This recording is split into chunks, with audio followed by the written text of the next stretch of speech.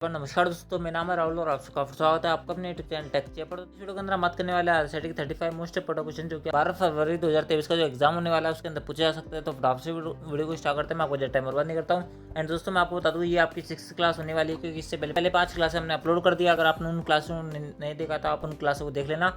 तो सबसे पहला जो क्वेश्चन है वो आपको अपनी स्क्रीन पर दिख रहा होगा कि निम्नलिखित में से कौन सा कंप्यूटर हार्डवेयर को चलाता है अन्य सॉफ्टवेयर को चलाने के लिए एक मंच के रूप में कार्य करता है।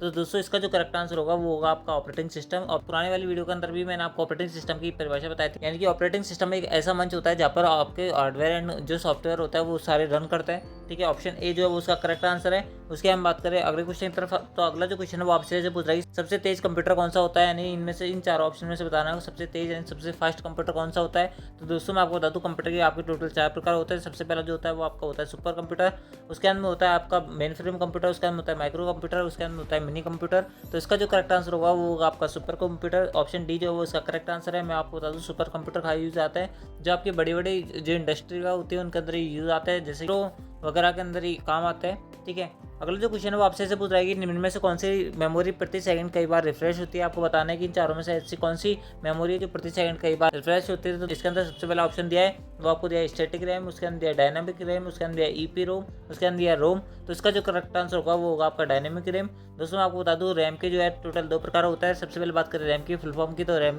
की फुल फॉर्म मैंने हर बार बताई है, इस बार बता रहा हूँ। रैम की फुल फॉर्म होती है रैंडम एक्सेस मेमोरी।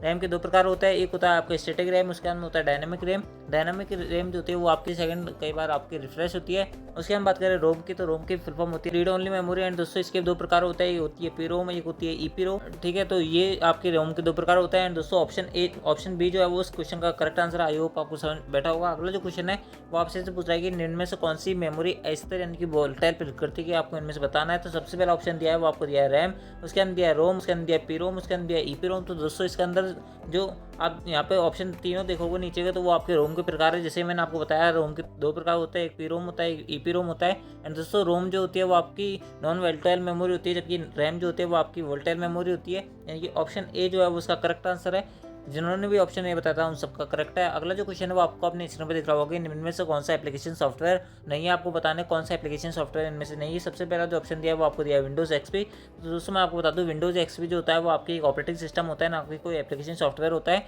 अगला जो ऑप्शन दिया है वो आपको दिया है वीएलसी मीडिया प्लेयर, जो कि आपका एक एप्लीकेशन सॉफ्टवेयर होता है। उसके अंदर बात करें एडोब रीडर, जिस पर आप अपनी पीडीएफ खोलते हो उसको, वो भी आपका एक एप्लीकेशन सॉफ्टवेयर होता है। फोटोशॉप जिसके अंदर आप अपनी फोटो को एडिट करते हो वो भी आपका जो है एप्लीकेशन सॉफ्टवेयर होता है। यानी कि ऑप्शन ए जो है वो उसका करेक्ट आंसर है। विंडोज़ एक्सपी जो होता है वो आपका कोई एप्लीकेशन सॉफ्टवेयर नहीं होता, ये आपका एक ऑपरेटिंग सिस्टम होता है, जैसे मैंने आपको बताया। ठीक है, ऑप्शन ए जो है वो उसका करेक्ट आंसर है। बढ़ते हैं नेक्स्ट क्वेश्चन तरफ। अगला जो क्वेश्चन है वो आपसे पूछ रहा है कि एक खालिस्तान उस डिस्क पर नामित स्थान नहीं नेम्ड लोकेशन है जहाँ पर फाइलों को संग्रहित किया जाता है। दोस्तों आपको बताना है इन चारों में से ऑप्शन है जिसके अंदर आपकी जितनी फाइलें होती है, जितने भी आपके डॉक्यूमेंट होता है वो सारे स्टोर होता है। आप उसको किस नाम से आप उसको बुलाते हो। तो दोस्तों इसका जो करेक्ट आंसर होगा वो होगा आपका फोल्डर। फिर जो है वो आपके सारे डॉक्यूमेंट एंड जितने भी वीडियोज ऑडियो जितनी भी आपकी फाइल होती है वो उसके अंदर स्टोर होती है। ऑप्शन ए जो है उसका करेक्ट आंसर है। बढ़ते हैं नेक्स्ट क्वेश्चन तरफ। अगला जो क्वेश्चन है वो आपसे पूछ रहा है कि वेब ब्राउजर से आप क्या समझते हो, वेब ब्राउजर क्या होता है। तो दोस्तों इसका जो करेक्ट आंसर होगा वो होगा आपका एक एप्लीकेशन सॉफ्टवेयर। ठीक है, ऑप्शन बी जो है उसका करेक्ट आंसर है। दोस्तों मैं आपको बता दूं, वेब ब्राउजर जो होता है इसके एग्जांपल की अगर हम बात करें तो आपका जो मोजिला फायरफॉक्स होता है, क्रोम, सफारी जो है वो आपके वेब ब्राउजर है, जबकि गूगल आपका एक सर्च इंजन होता है। ऑप्शन बी जो है उसका करेक्ट आंसर है। बढ़ते हैं नेक्स्ट क्वेश्चन तरफ। अगला जो क्वेश्चन है वो आपसे पूछ रहा है निम्न में से सर्च इंजन का उदाहरण आपको बताना है कौन सा सर्च इंजन है। दोस्तों ये वाला क्वेश्चन मैंने जस्ट अभी बताया आपको। इसके अंदर सबसे पहला दिया आपको पेटीएम, तो पेटीएम जो होता है वो आपका मोबाइल ई वॉलेट का उदाहरण है। गूगल जो है वो आपका सर्च इंजन है। फ्लिपकार्ट जो होता है वो आपके ई कॉमर्स का वेबसाइट है। उसके हम बात करें ऑप्शन डी, उपरोक्त में से कोई नहीं, तो ऑप्शन डी भी गलत है, ऑप्शन सी भी गलत है, ऑप्शन ए भी गलत है। गूगल जो है उसका करेक्ट आंसर है। गूगल के अलावा एक दो सर्च इंजन मैं आपको बता देता हूँ। गूगल के अलावा होता है आपका याहू जो है वो आपका एक सर्च इंजन है। उसके हम बात करें बिंग जो आपके माइक्रोसॉफ्ट द्वारा चलाया गया है। दोस्तों ये ध्यान रखना कि कई बार क्वेश्चन पूछा जाता है कि माइक्रोसॉफ्ट द्वारा चलाया गया सर्च इंजन कौन सा है, यानी कि माइक्रोसॉफ्ट द्वारा लॉन्च हुआ सर्च इंजन कौन सा है। तो उसका जो करेक्ट आंसर होगा वो होगा आपका बिंग। ठीक है, ध्यान रखना इंपॉर्टेंट है। ठीक है, अगला जो क्वेश्चन है आपसे पूछ रहा है कि ओटीपी का फुल फॉर्म क्या होती है, ओटीपी का पूर्ण नाम क्या होता है। तो इसका जो करेक्ट आंसर होगा वो आई होप आपको पता होगा। इसके अंदर सबसे पहला ऑप्शन दिया है वन द फोन, उसके अंदर दिया वन टाइम पासवर्ड, उसके अंदर दिया आउट टू प्रैक्टिस, उसके अंदर दिया है वन टाइम प्रोग्रामेबल। तो इसका जो करेक्ट आंसर होगा वो होगा ऑप्शन बी जो है उसका करेक्ट आंसर है। वन टाइम पासवर्ड जो है इसका करेक्ट आंसर है। बात करें अगले क्वेश्चन तरफ, तो अगला जो क्वेश्चन है वो आपसे पूछा है निम्न में से कौन सा मोबाइल वॉलेट का उदाहरण नहीं है। तो मैंने आपको थोड़ी देर पहले ये क्वेश्चन बताया है। इसके अंदर सबसे पहले जो ऑप्शन दिया है वो आपको दिया है SBI बड़ी। SBI बड़ी आपके मोबाइल वॉलेट का उदाहरण होता है। उसके अंदर भीम जो होता है वो भी आपका मोबाइल वॉलेट का उदाहरण है। पेटीएम जो है वो भी मोबाइल वॉलेट का उदाहरण है। बात करें क्रेडिट कार्ड की, तो क्रेडिट कार्ड जो है वो आपका कोई मोबाइल वॉलेट का उदाहरण नहीं है, क्योंकि क्रेडिट कार्ड के थ्रू आप ऑनलाइन बैंकिंग कर सकते हो, लेकिन मोबाइल वॉलेट का कोई उदाहरण नहीं है। उसके हम बात करें इसके अंदर भीम, पांचों क्लासों के अंदर मैंने आपको फुल फॉर्म बताइए। इस क्लास के अंदर बता रहा हूँ भीम की फुल फॉर्म होती है भारत इंटरफेस फॉर मनी। ठीक है, भारत इंटरफेस फॉर मनी इसकी फुल फॉर्म होती है। ठीक है, बढ़ते नेक्स्ट क्वेश्चन तरफ। अगला जो क्वेश्चन है वो आपसे से पूछा है निम्न में से कौन सा ई-कॉमर्स की वेबसाइट का उदाहरण है। दोस्तों अगर आप इस वीडियो को शुरू से एंड तक देख रहे हैं, या फिर अगर आपने सिर्फ पहले दो क्वेश्चन जो मैंने आपको बताए थे उसके अंदर आपको इसके बारे में बताया था कि ट्विटर जो होता है वो आपका एक सोशल मीडिया का साइट होता है, फेसबुक आपका एक सोशल मीडिया का साइट होता है, फ्लिपकार्ट जो है वो आपका ई-कॉमर्स की वेबसाइट है, और उसके हम बात करें टाइम्स ऑफ इंडिया जो है वो आपका एक समाचार पत्र न्यूज़पेपर है। ठीक है, ऑप्शन सी जो है वो उसका करेक्ट आंसर है। फ्लिपकार्ट के अलावा मैं आपको बताता हूँ 2-3 और ई-कॉमर्स की साइट, जैसे कि आपकी अमेजन होती है, स्नैपडील होती है। उसके हम बात करें जो आपकी मीशो होते हैं, ये सारी ई-कॉमर्स की आपकी वेबसाइट होती है। ठीक है, ऑप्शन सी जो है उसका करेक्ट आंसर है। बढ़ते हैं नेक्स्ट क्वेश्चन तरफ। अगला जो क्वेश्चन है वो आपसे पूछ रहा है कि ऑनलाइन शॉपिंग किस प्रकार के लेन देन होते हैं, ऑनलाइन शिपिंग के अंदर आप किस प्रकार का लेन देन करते हो। इसके अंदर सबसे पहला जो ऑप्शन दिया है वो आपको दिया है B2B, उसके अंदर दिया है B2C, उसके अंदर दिया है C2C। तो इसके अंदर सबसे पहला जो ऑप्शन के बारे में बात करते हैं, यहाँ पे बी का मतलब होता है बिजनेस। ठीक है, यहाँ पे ध्यान रखना, बी का मतलब होता है बिजनेस एंड सी का मतलब होता है कंज्यूमर। ठीक है, सी का मतलब होता है कंज्यूमर। एंड दोस्तों इसका जो करेक्ट आंसर होगा वो होगा आपका B2C, यानी कि बिजनेस टू कंज्यूमर जो है उसका करेक्ट आंसर है। ऑप्शन बी जो है वो इसका करेक्ट आंसर है। आई होप आपको समझ बैठा होगा। अगला जो क्वेश्चन है वो आपसे से पूछा है कि EPDS प्रणाली के संदर्भ में BPL की फुल फॉर्म क्या होती है। आपने देखा होगा कि बहुत सारे परिवार ऐसे होता है जो BPL कैटेगरी के अंदर आते हैं, यानी कि BPL की यहाँ पर फुल फॉर्म क्या होती है। तो दोस्तों BPL की फुल फॉर्म मैं आपको बताता हूँ। BPL की फुल फॉर्म होती है बिलो पॉवर्टी लाइन। ठीक है, यानी गरीबी रेखा के नीचे जो होता है वो उसका करेक्ट आंसर है, यानी कि ऑप्शन ए जो है वो उसका करेक्ट आंसर है। एंड दोस्तों बात करें EPDS का होता है, तो PDS की यहाँ पे full form public distribution system. And दोस्तों मैंने आप यहाँ पर स्क्रीन छोटी स्क्रीन में आप यहाँ पे लिख नहीं सकता। आई होप मैंने आपको जितनी भी फुल फॉर्म बताई है आपने सारी लिखी होंगी। ऑप्शन ए जो है वो उसका करेक्ट आंसर है। मैंने आपको पहले भी इसकी फुल फॉर्म बताई हुई है। अगला जो क्वेश्चन है आपसे पूछ रहा है कि आधार कार्ड संख्या में कितने अंक शामिल होते हैं। आधार कार्ड है उसके अंदर कितने नंबर्स होते हैं। तो दोस्तों इसका जो करेक्ट आंसर होगा वो होगा आपका ऑप्शन ए 12 जो है वो उसका करेक्ट आंसर है। बढ़ते हैं नेक्स्ट क्वेश्चन तरफ। अगला जो क्वेश्चन है आपसे पूछ रहा है कि भामाशाह कार्ड किस राज्य की प्रमुख पहल है, यानी भामाशाह कार्ड किस राज्य के अंदर चलता है। तो दोस्तों इसका जो करेक्ट आंसर होगा वो होगा आपका राजस्थान। ऑप्शन ए जो है वो उसका करेक्ट आंसर है। लेकिन अभी जो है भामाशाह कार्ड की जगह आपके जन आधार कार्ड चलने लग गए। जैसे कि आपको पता होगा जन आधार कार्ड जो है वो आपकी अभी वर्तमान में कार्यरत है, भामाशाह कार्ड जो है कन्वर्ट कर दिया गया है जन आधार कार्ड के अंदर। अगला जो क्वेश्चन है वो आपसे पूछा है कि एक नागरिक ऑनलाइन माध्यम से विश्वविद्यालय के शुल्क को भुगतान कैसे कर सकता है। इसके अंदर आपसे पूछा है कि अगर आप एक स्टूडेंट हो तो आप अपनी यूनिवर्सिटी की फीस कैसे जमा करा सकते हो। तो दोस्तों इसके अंदर सबसे पहला ऑप्शन दिया है वो आपको दिया ई मित्र पर, उसके अंदर दिया सिंगल साइन ऑन ID से, उसके अंदर दिया यूनिवर्सिटी पोर्टल से, यानी कि ऑप्शन जो डी है वो उसका करेक्ट आंसर है। ई मित्र से भी आप अपनी यूनिवर्सिटी की फॉर्म अप्लाई कर सकते हो, यानी कि फीस जमा करा सकते हो। Single sign on ID SSO का फुल फॉर्म होता है, मैंने आपको कल भी बताया था। ठीक है, उससे आप अपने फॉर्म अप्लाई कर सकते हो। यूनिवर्सिटी पोर्टल पे भी आप अपना फॉर्म अप्लाई कर सकते हो, यानी कि ऑप्शन डी जो है उसका करेक्ट आंसर है। बढ़ते हैं नेक्स्ट क्वेश्चन तरफ। अगला जो क्वेश्चन है वो आपसे से पूछ रहा है कि इनमें से कौन से प्राधिकरण ने आधार कार्ड जारी किए। तो दोस्तों पिछली 3 से 4 क्लासों के अंदर मैंने आपको सारी क्लासों के अंदर बताया है कि आपके जो आधार कार्ड है वो कौन सी वेबसाइट है, कौन से जो विभाग है वो जारी करता है। तो दोस्तों इसका जो करेक्ट आंसर होगा वो होगा आपका UIDAI। ऑप्शन जो सी है उसका करेक्ट आंसर है। ठीक है, उसके हम बात करें अगला जो क्वेश्चन है वो आपसे पूछ रहा है कि पासपोर्ट आवेदन के संपर्क में PSK का अर्थ क्या होता है, यानी कि PSK की फुल फॉर्म क्या होती है। तो PSK की फुल फॉर्म होती है, तो PSK की फुल फॉर्म होती है पासपोर्ट सेवा केंद्र, यानी कि ऑप्शन सी जो है उसका करेक्ट आंसर है। बढ़ते हैं नेक्स्ट क्वेश्चन तरफ। अगला जो क्वेश्चन है वो आपसे पूछ रहा है निम्न में से कौन सा मोबाइल OS नहीं है, यानी कि आपको बताना है कौन सा मोबाइल ऑपरेटिंग सिस्टम नहीं है। सबसे पहला जो ऑप्शन दिया वो आपको दिया एंड्रॉइड, जो आप अभी अपने फ़ोन के अंदर यूज़ कर रहे हैं वो एंड्रॉइड होगा 90% केस के अंदर। उसके हम बात करें iOS जो कि आपका आईफोन यानी कि एप्पल के फ़ोन के अंदर चलता है। उसके हम बात करें Linux OS, ये भी आपको होता है। बात करें ऑप्शन सी जो है उसका करेक्ट आंसर, क्योंकि विंडोज़ जो होता है वो आपके कंप्यूटर के अंदर चलता है, कंप्यूटर का ऑपरेटिंग सिस्टम है, ना कि आपका कोई मोबाइल का ऑपरेटिंग सिस्टम है। अगला जो क्वेश्चन है वो आपसे पूछा है नीचे दिए गए स्क्रीन लॉक में से कौन सा स्क्रीन लॉक एंड्रॉइड डिवाइस में उपलब्ध होता है, नहीं कौन सा जो स्क्रीन लॉक है वो आप अपने मोबाइल के अंदर देख पाते होंगे। तो आपके मोबाइल के अंदर आपका एक पैटर्न लॉक बनता है। पैटर्न लॉक कैसा होता है, जिसके अंदर आपको डॉट डॉट दे रखे होते हैं। ठीक है, इस पर आप कोई सा भी अपनी जो एक पैटर्न फिक्स रखते होंगे जिससे आप अपना फ़ोन अनलॉक कर पाते होंगे। उसके हम बात करें पिन के अंदर आपको कुछ नंबर जैसे फिक्स कर रखे होते हैं। 90% केसों के अंदर आपकी जो पासवर्ड होता है वो 1 2 3 4 होता है। उसके हम बात करें आपके ऑप्शन जो डी है उसका करेक्ट आंसर है, यानी कि ऑप्शन जो डी है उसका करेक्ट आंसर है। बढ़ते हैं नेक्स्ट क्वेश्चन तरफ। अगला जो क्वेश्चन है वो आपसे पूछ रहा है निम्न में से किस की मदद से आप कर्सर के दाएं और के अक्षर को डिलीट कर सकते हैं। तो दोस्तों मैंने आपको जब ये क्वेश्चन आपको पहले बताया था तो मैंने आपको उस टाइम बैक स्पेस और डिलीट का क्या फर्क होता है मैंने आपको उस टाइम में आपको बताया बताया था कि जैसे मेरा नाम राहुल है, अगर मुझे एच के इधर वाला, उसके अंदर भी सेम एग्जांपल दिया था, अगर मुझे एच के इधर वाला यू हटाना है या फिर एच के इधर वाला ए हटाना है तो मुझे कौन सी की दबानी पड़ेगी। अगर मुझे एच के इधर वाला यू हटाना है तो मुझे यहाँ पर को डिलीट की यहाँ पर प्रेस करनी पड़ेगी। उसकी हम बात करें, अगर आपको एच के इधर वाला यानी कि अगर लेफ्ट हैंड वाला कोई भी अक्षर डिलीट करना है तो दोस्तों आपको यहाँ पर बैक स्पेस यहाँ पर क्लिक करना पड़ेगा, यानी कि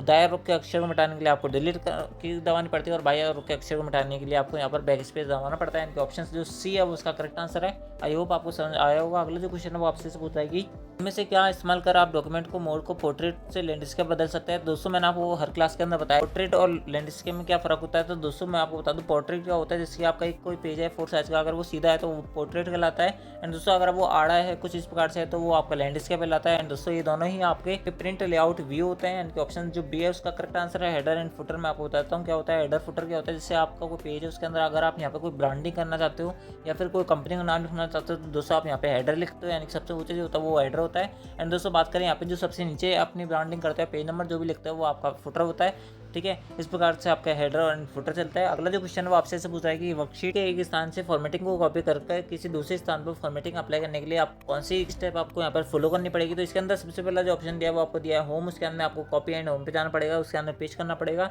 उसके अंदर दिया है आपको Ctrl+C दबाना पड़ेगा, उसके अंदर आपको Ctrl+V का यूज़ करना पड़ेगा। अगला दिया आपको एक्सेल में फॉर्मेटिंग कॉपी करने का कोई दूसरा स्थान पर ले जाने का कोई तरीका नहीं होता, यानी कि ऑप्शन सी भी गलत है, ऑप्शन ए भी गलत है। ऑप्शन दिया आपको स्टैंडर्ड टूल बार पर उपस्थित फॉर्मेट पेंटर का बटन आप क्लिक कर सकते हो, ये भी गलत है। यानी कि ऑप्शन बी जो है उसका करेक्ट आंसर है। Ctrl+C Ctrl+V जो है आपको फॉर्मेट कॉपी करने के ही काम आता है एक्सेल के अंदर। दोस्तों अगर आप इसी प्रोसेस को MS वर्ड के अंदर अप्लाई करना चाहते हो तो दोस्तों यहाँ पर आपको Ctrl+Shift+C दबाना पड़ेगा। अगर आप इसको पेस्ट करना चाहते हो तो दोस्तों आपको यहाँ पर Ctrl+Shift+V दबाना पड़ेगा। यहाँ पे अगर आप एक्सेल के अंदर हो तो आपसे नॉर्मल Ctrl+C से आप जो है कॉपी कर सकते हो एंड Ctrl+V से आप यहाँ पर पेस्ट कर पाओगे। अगला जो क्वेश्चन है वो आपसे पूछ रहा है कि पेस्ट स्पेशल कमांड आपको कॉपी और पेस्ट की सुविधा देता है। तो उसके अंदर सबसे पहला जो ऑप्शन दिया है वो आपको दिया है एक कॉपीड वैल्यू के द्वारा सिलेक्शन को मल्टीप्लाई करनी होती है, उसके अंदर दिया है सेल कमांड से द्वारा, उसके अंदर दिया है एक्चुअल फॉर्मूला के बजाय फॉर्मूला के परिणाम स्वरूप वैल्यूज द्वारा, उसके अंदर दिया ऑप्शन डी उपरोक्त में से कोई नहीं। तो दोस्तों इसका जो करेक्ट आंसर होगा वो होगा आपका ऑप्शन ए, एक कॉपीड वैल्यू के सिलेक्शन के लिए मल्टीप्लाई करनी होती है, यानी कि ऑप्शन ए जो है वो उसका करेक्ट आंसर है। बढ़ते हैं नेक्स्ट क्वेश्चन तरफ। अगला जो क्वेश्चन है वो आपसे पूछ रहा है कि एक सूत्र यानी फॉर्मूला बनाने के लिए निम्न में से आप किसका इस्तेमाल करोगे, यानी कि आप फॉर्मूला इनमें से किससे बना सकते हो। तो दोस्तों इसके अंदर सबसे पहला ऑप्शन दिया है वो आपको दिया है सेल वैल्यू, लेकिन सेल संदर्भ का नहीं। उसके अंदर दिया आपको सेल संदर्भ का नहीं बल्कि सेल वैल्यू का, उसके अंदर दिया है सेल वैल्यू और सेल संदर्भ का, उसके अंदर दिया उपरोक्त में से कोई नहीं। तो दोस्तों ऑप्शन सी जो उसका करेक्ट आंसर है, सेल वैल्यू एंड सेल संदर्भ, यानी कि सेल रेफरेंस का आप यूज़ करके आप किसी भी फॉर्मूला को बना सकते हो। ठीक है, अगला जो क्वेश्चन है वो आपसे पूछ रहा है एक पावर पॉइंट शॉप में निम्न में से कौन सा फाइल फॉर्मेट किया जा सकता है, यानी कि आपसे ऐसे पूछ रहा है कि पावर पॉइंट जो आपने खोला हुआ है अगर आप उसके अंदर कौन कौन सी फाइल एक्सपोर्ट और इंपोर्ट कर सकते हो। तो दोस्तों इसके अंदर सबसे पहला जो ऑप्शन दिया वो आपको दिया JPG। ठीक है, उसके अंदर दिया आपको गिफ्ट, उसके अंदर दिया आपको वेब .web, उसके अंदर दिया ऑप्शन डी उपरोक्त सभी। तो ऑप्शन डी जो है उसका करेक्ट आंसर है। आई होप आपने ऑप्शन डी दिया होगा। एंड दोस्तों आप हमें कमेंट में जरूर बताना कि आपके कितने क्वेश्चन सही हुए। एंड दोस्तों अगर आपने अब तक इस वीडियो को देख रहे हो एंड दोस्तों आपने अब तक वीडियो को लाइक नहीं किया तो वीडियो को लाइक कर देना, चैनल को सब्सक्राइब कर लेना, क्योंकि ऐसे RSIT से रिलेटेड वीडियो आपको देखने को नहीं मिलेगी। अगला जो क्वेश्चन है आपसे पूछा है कि एक स्लाइड शो में स्लाइड चेंज होने से पहले डिस्प्ले के लिए अप्लाइड इफेक्ट क्या कहलाता है। तो दोस्तों उसको बोला जाता है आपके ऑप्शन ए दिया आपको इसके अंदर स्लाइड एनिमेशन, उसके अंदर कस्टम एनिमेशन, उसके अंदर दिया आपको कस्टम ट्रांजिशन, उसके अंदर स्लाइड ट्रांजिशन। तो इसका जो करेक्ट आंसर होगा वो होगा आपका ऑप्शन ए, स्लाइड एनिमेशन उसको कहा जाता है। ठीक है, अगला जो क्वेश्चन है वो आपको अपनी स्क्रीन में दिख रहा होगा कि प्रेजेंटेशन में विद्वान सभी स्लाइड को एक जैसे प्रदर्शन करने के लिए आप निम्न से इस चीज़ का उपयोग करेंगे, यानी कि निम्न से कौन से विकल्प को आपको यहाँ पर यूज़ करना पड़ेगा। सबसे पहला जो ऑप्शन दिया है वो आपको दिया है स्लाइड लेआउट विकल्प का, यानी कि स्लाइड लेआउट ऑप्शन का, उसके अंदर दिया है स्लाइड ऑप्शन ऐड का, उसके अंदर दिया आउटलाइन व्यू का, उसके अंदर दिया प्रेजेंटेशन डिजाइन टेम्पलेट का। तो इसका जो करेक्ट आंसर होगा वो होगा आपका option A, slide layout view का जो है आप यहाँ पे इस्तेमाल करोगे। अगला जो क्वेश्चन है वो आपसे पूछा है निम्न में से कौन सा साइबर खतरा नहीं है, आपको बताना है साइबर थ्रेट इनमें से कौन सा नहीं है। सबसे पहले जो ऑप्शन दिया वो आपको दिया वायरस आपका साइबर थ्रेट होता है, ट्रोजनर्स भी होता है, उसके अंदर डिनायल ऑफ सर्विस डोज भी होता है, यानी कि ऑप्शन जो सी है उसका करेक्ट आंसर ई कॉमर्स की वेबसाइट जो होती है वो आपका किसी भी प्रकार का साइबर थ्रेट या फिर साइबर खतरा नहीं होता है। ऑप्शन जो सी है उसका करेक्ट आंसर है। अगला जो क्वेश्चन थोड़ी इसकी लैंग्वेज है वो बड़ी है, बाकी जो है बहुत ईजी है। अगला जो क्वेश्चन है वो आपसे पूछ रहा है कि निम्न में से कौन सा सुविधा आपको कंप्यूटर की स्थिति, सिस्टम फाइलों इंस्टॉल एप्लीकेशन विंडोज रजिस्ट्री और सिस्टम सेटिंग्स सहित को पिछली बार के समय में वापस यानी कि रिवर्ट करने के लिए उपयोग में लिया जाता है। इनका दोस्तों इस क्वेश्चन के अंदर आपसे ऐसे पूछ रही है, अगर मान लो आपका कभी बाई चांस सिस्टम क्रश हो जाता है या फिर सिस्टम जो है वो ख़राब हो जाता है और आप उसके बैकअप फाइल को अपने कंप्यूटर में रखते हो, ताकि आप जो है अगर कभी सिस्टम आपका ख़राब हो जाता है तो दोस्तों आप उसको ले सको। तो उन फाइलों को क्या बोला जाता है, तो दोस्तों उसको बोला जाता है आपके सिस्टम बैकअप फाइल है, यानी कि ऑप्शन बी जो है उसका करेक्ट आंसर है। ठीक है, अगला जो क्वेश्चन है वो आपसे से पूछ रहा है, ईमेल में बीसीसी विकल्प का क्या अर्थ होता है। दोस्तों मैंने आपको बताया था ये इसकी फुल फॉर्म क्या होती है। बीसीसी की फुल फॉर्म होती है blind carbon copy. Option A जो है वो उसका करेक्ट आंसर है, बाकी दोनों फुल फॉर्म किसी की भी नहीं होती। ऑप्शन डी भी गलत है, यानी कि ऑप्शन ए जो है उसका करेक्ट आंसर है। दोस्तों आप हमें कमेंट में जरूर बताना कि आपके कितने क्वेश्चन सही हो, ताकि आपको पता चले कि आपकी तैयारी कैसी है। दोस्तों हमें भी पता चले कि आपको किस प्रकार और तैयारी करवानी चाहिए। अगला जो क्वेश्चन है वो आपसे पूछ रही है, बीजी केबल में कितने पिन होते हैं। बीजी केबल क्या होते हैं मैं आपको बता दूं, 2 केबल होती है, BGA केबल और एक होती है HDMI केबल। मैंने आपको दोनों के बारे में कल बताया था, फिर बता देता हूँ। HDMI केबल की सबसे पहले बात करते हैं फुल फॉर्म की, तो इसकी फुल फॉर्म होती है high definition multimedia interface. BGA की फुल फॉर्म होती है वीडियो ग्राफिक्स एरे। ध्यान रखना, वीडियो ग्राफिक्स एरे जो है BGA की फुल फॉर्म होती है। और HDMI केबल यानी कि दोनों केबलें जो होती है वो आपके कंप्यूटर को प्रोजेक्टर से कनेक्ट करने के काम आती है। एंड दोस्तों बात करें BGA केबल में कितने पिन होते हैं, तो दोस्तों इसका जो करेक्ट आंसर होगा वो होगा आपका ऑप्शन सी, 15 पिन जो है वो आपके BGA केबल के अंदर होती है। एंड दोस्तों आपको अब पता चल गया होगा कि BGA केबल किस काम आती है। अगला जो क्वेश्चन है वो आपसे से पूछा है कि निम्न में से कौन सा कंप्यूटर की हार्ड कॉपी को प्रदान करता है, यानी कि इनमें से कौन सा एक ऑप्शन है जिससे आप अपने कंप्यूटर से हार्ड कॉपी लेते हो। इसके अंदर सबसे पहला जो ऑप्शन दिया है वो आपको दिया है ईमेल, उसके अंदर दिया प्रिंटर, उसके अंदर दिया आपको यहाँ पर दोस्तों उसके अंदर आपको यहाँ पे दिया फैक्स, उसके अंदर सॉफ्टवेयर। तो इसका जो करेक्ट आंसर होगा वो होगा आपका ऑप्शन बी। प्रिंटर से जो है वो आप अपना हार्ड कॉपी प्राप्त करते हैं। एंड सॉफ्ट कॉपी होती है जो आपकी कंप्यूटर के अंदर होती है वो आपकी सॉफ्ट कॉपी होती है, जिससे वो बाहर आ जाती है प्रिंटर के थ्रू, वो आपकी कहलाती है हार्ड कॉपी, वो कहलाती है। ठीक है, बात करते हैं अगले क्वेश्चन की तरफ। अगला जो क्वेश्चन है आपसे पूछा है नेटवर्क का प्रकार होता है, आपको बताना है कौन सा नेटवर्क है का प्रकार है। इसके अंदर सबसे पहला जो ऑप्शन दिया है वो आपको दिया है लोकल एरिया नेटवर्क, जो कि लेन की फुल फॉर्म होती है। ध्यान रखना बहुत ज़्यादा इंपॉर्टेंट है इस बार के लिए, लेन की फुल फॉर्म क्या होती है। उसके अंदर दिया आपको मेट्रोपॉलिटन एरिया नेटवर्क, यानी कि मैन की फुल फॉर्म। ये सारी इंपॉर्टेंट फुल फॉर्म है। उसके अंदर वाइड एरिया नेटवर्क यानी वैन की फुल फॉर्म, यानी कि ऑप्शन जो तीनों है वही इसका करेक्ट आंसर है। लोकल एरिया नेटवर्क भी आपका नेटवर्क का प्रकार होता है, उसके अंदर मेट्रोपॉलिटन एरिया नेटवर्क भी होता है, उसके अंदर वाइड एरिया नेटवर्क भी होता है। ऑप्शन डी जो है उसका करेक्ट आंसर है। दोस्तों बढ़ते हैं आज की इस वीडियो को, यानी कि आज की इस क्लास की सबसे लास्ट क्वेश्चन तरफ। अगला जो क्वेश्चन है दोस्तों इस वाले क्वेश्चन के अंदर आपसे पूछा जा रहा है कि PDF का पूरा नाम क्या होता है, PDF की फुल फॉर्म क्या होती है। तो PDF की फुल फॉर्म होती है पोर्टेबल डॉक्यूमेंट फॉर्मेट, यानी कि अगर आप हिंदी के अंदर बात करो तो इसकी फुल फॉर्म होती है पोर्टेबल दस्तावेज प्रारूप, यानी कि ऑप्शन जो सी है उसका करेक्ट आंसर है। दोस्तों ये थे आपके RSAT के 35 मोस्ट इंपोर्टेंट क्वेश्चन, जो कि आपके RSAT एग्जाम जो कि 12 फरवरी 2023 को होने वाला है उसके अंदर पूछे जा सकते हैं। दोस्तों ये थी आपकी 6 क्लास, इससे पहले 5 क्लासें मैंने जैसे बताया पहले हमने ले रखी है। अगर आपने 5 क्लासों को नहीं लिया है तो उन क्लासों को ले लेना है। दोस्तों आपको वीडियो कैसे लगा कमेंट में जरूर बताना है। दोस्तों चैनल को सब्सक्राइब कर लेना, क्योंकि अब जो है आपकी डेली जो है RSAT की 2 क्लास अपलोड हो रही है। ठीक है, एंड दोस्तों आपकी 6ठी क्लास थी जैसे मैंने आपको बताया। एंड दोस्तों आपको ये वीडियो कैसा लगा आप हमें कमेंट में जरूर बताना। Thanks for watching, thank you. मिलते हैं किसी नेक्स्ट RSAT वीडियो के अंदर, जब तक के लिए जय हिंद, जय भारत, जय हिंद दोस्तों।